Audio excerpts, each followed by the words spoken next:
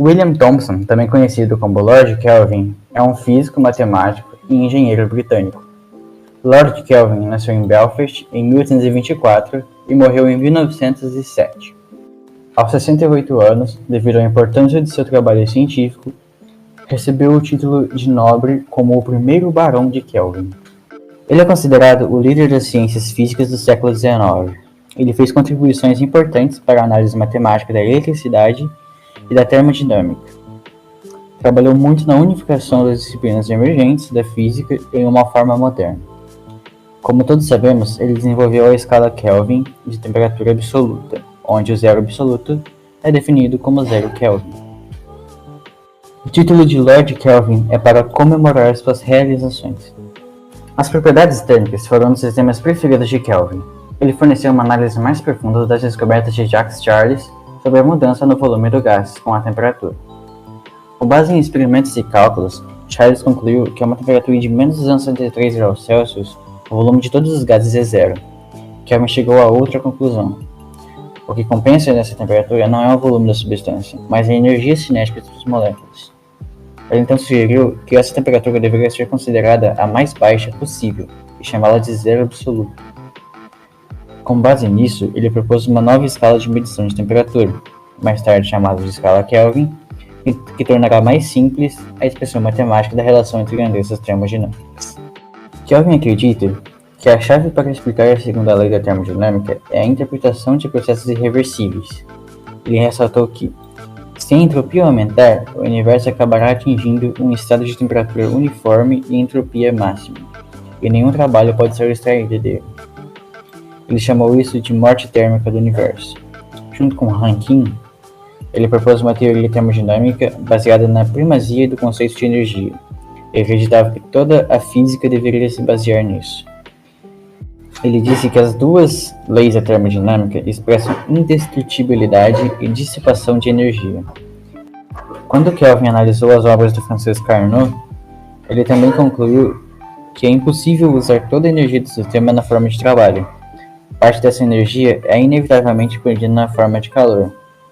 Na área industrial, sua pesquisa ajudou a fazer galvanômetros e cabos melhores, e estabeleceu cabos telégrafos entre a Europa e a América do Norte, no fundo do Oceano Atlântico. O sucesso desta aventura rendeu-lhe o título de nobreza. Ele também foi responsável pela implementação do serviço telefônico na Grã-Bretanha em 1890. Foi eleito presidente da Royal Society. Sobre a vida pessoal do Kelvin. Desde cedo, Kelvin já estava relacionado com a matemática.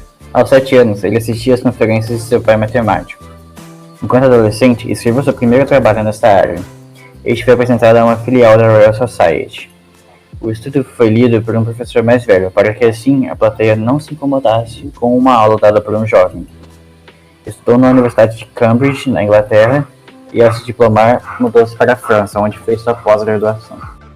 Durante seus 53 anos como professor, lecionou para cerca de 7.000 estudantes de todo o mundo. Fundou ainda um grupo de estudos avançados em matemática e física, bem como um laboratório onde conduzia experimentos direcionados para pesquisas em engenharia elétrica. Mais tarde, consolidou a School of Electrical Engineering. Thomson se destacou por suas invenções e publicações. Foram cerca de 600 artigos durante sua vida e adquiriu reconhecimento internacional. Embora seus trabalhos científicos mais conhecidos tenham sido em termodinâmica, Thomson deu várias contribuições importantes na física, matemática e nas grandes áreas de dinâmica geral, hidrodinâmica, elasticidade e eletromagnetismo. Thomson escreveu ainda com Peter Gautier Tate o livro Tratado de Filosofia Natural, um ambicioso projeto concebido para abarcar todo o conhecimento científico até então produzido. No que se refere ao ensino, Thomson não poderia ser considerado um bom professor, avaliado pelos padrões normais. Seus biógrafos apontam que, como professor, Thomson digressionava dos temas centrais, absorvido em ideias e soluções para problemas originais, deixando os alunos irritados e desmotivados. Um de seus estudantes escreveu: o mérito de Lord Kelvin como educador não está na elucidação de fatos bem conhecidos, mas na influência espiritual de sua personalidade magnética. William Thomson foi um cientista criativo, polêmico e muito influente na comunidade britânica. Suas participações nas reuniões da British Association for Advancement of Science e outros encontros científicos eram precedidas de grande expectativa. Novas ideias e propostas, como as de Joule e as de Faraday, foram acolhidas por Thomson com entusiasmo e posteriormente desenvolvidas em trabalhos essenciais ao desenvolvimento da física no século XXI. Foi extremamente conservador em relação a alguns avanços da ciência, como a teoria eletromagnética de Maxwell, apesar de suas ideias terem inicialmente inspirado Maxwell, e a radioatividade. Duvidava da existência de átomos e acreditava que a Terra não poderia ter mais do que 100 milhões de anos, posicionando-se contra a teoria de Darwin. Manifestou-se cético com relação ao voo do mais pesado que o ar. Além de cientista renomado, Thomson aplicou ideias e métodos científicos à indústria, vencendo o preconceito e a improvisação no meio. Neste sentido, foi um inovador na área tecnológica, um engenheiro renomado e um empregador bem-sucedido. Suas notáveis contribuições ao progresso tecnológico podem ser agrupadas em 3 segmentos: telegrafia por cabo submarino no Atlântico, a precisão das medidas elétricas e a arte da navegação. Sua contribuição à telegrafia se deu através do desenvolvimento dos componentes e instrumentos de medida e da instalação de cabos submarinos, em geral com sua presença física. Sua viagem ao Brasil, uma das muitas que realizou em todo o mundo como empresário bem-sucedido, tinha a finalidade de puxar o cabo telégrafo submarino de Recife a Natal. Honrado em 1866 com o título de Sir, foi elevado à alta aristocracia, assumindo em 1892 a nomeação de Baron Kelvin of Lords. Faleceu em dezembro de 1907, sendo enterrado na Catedral de Westminster, junto ao túmulo de Isaac Newton. Ao contrário de Newton, seu nome sobrevive, para o público em geral, apenas na escala de temperatura absoluta. Kelvin gostava muito de demonstrar as propriedades da cera de sapateiro, ou também conhecido como piche. Ele o comparava com o éter, sendo que tinha um grande interesse em sua possível presença e constituição. Ele indicava que o piche, assim como o éter, tinha uma certa propriedade dual, moldado como um sino de tocar, por exemplo. Podia transmitir altas frequências, era isso que ele queria dizer. Mas também permitia um movimento lento, através dele, de matéria sólida. Na sala de aula, havia sempre uma tigela de piche, com corpos de madeiras flutuando nele e corpos metálicos afundando. No Museu de Kelvin, temos a venerável geleira de piche, que começou em 1887. Ela consiste em degraus de madeira, no topo da qual colocou uma lâmina de piche. Hoje em dia, a geleira já está totalmente desenvolvida. Um exemplo que eu gostaria de dar com relação a isso, ao piche que ele colocou ali, não é um exemplo assim tão idêntico, mas pode se adequar. Estava sendo um experimento muito usado, é aquele com água e maisena.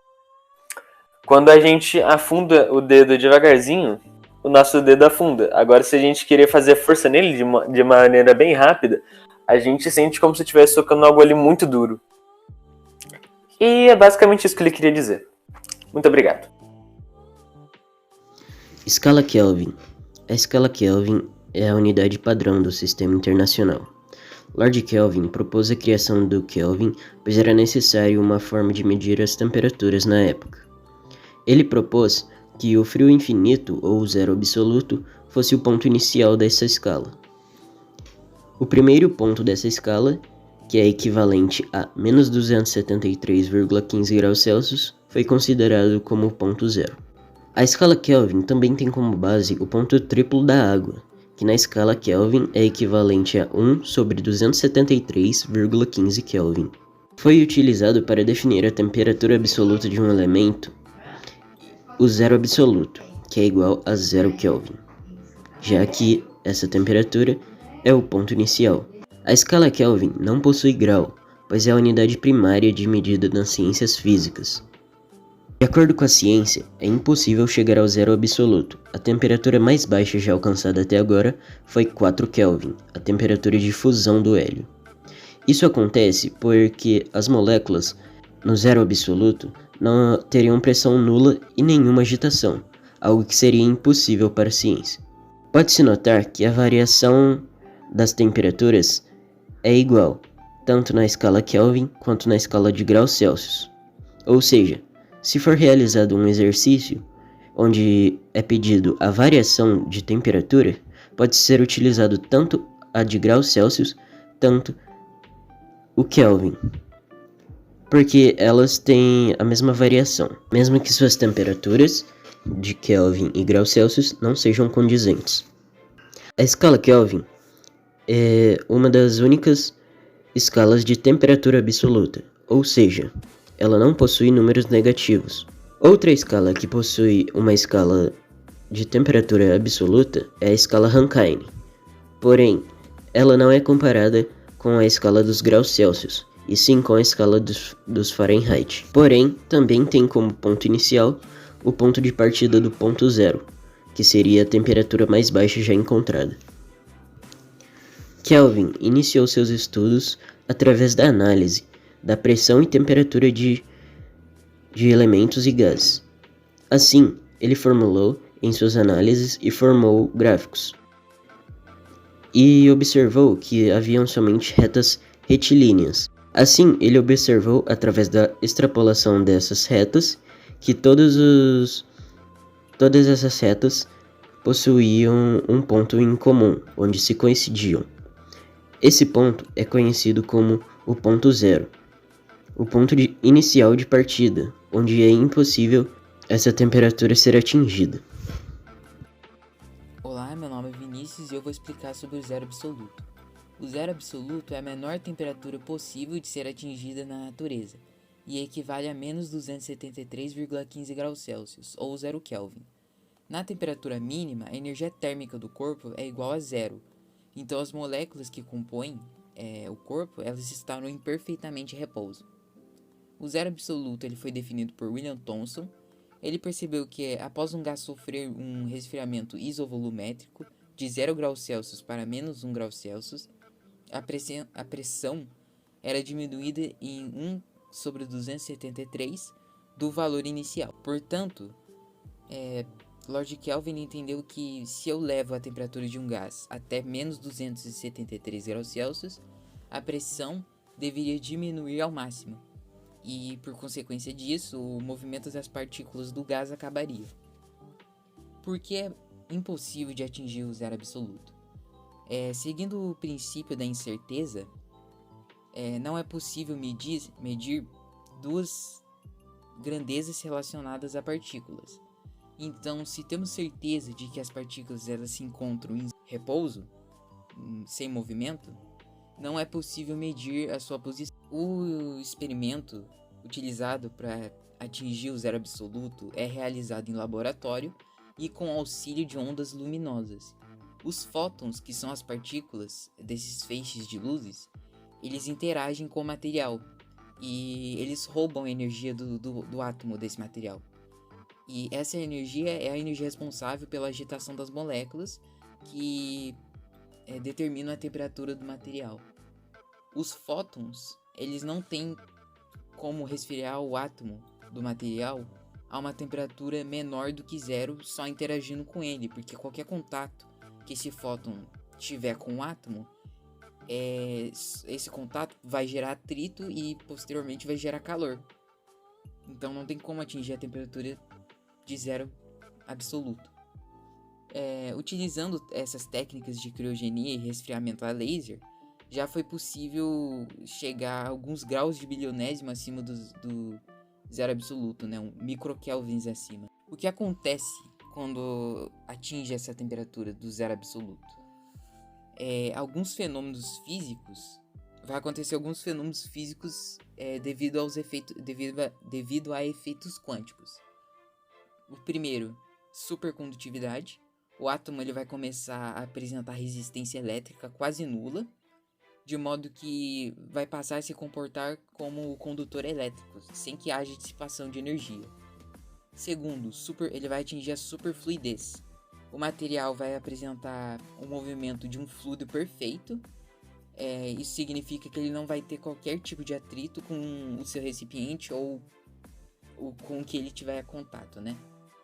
E por fim, ele vai atingir um dos estados da matéria que é chamado de condensado de Bose-Einstein. É um estado da matéria em que as partículas atuam como um único átomo e é altamente denso, e os átomos passam a se comportar como onda e vai produzir fenômenos ondulatórios.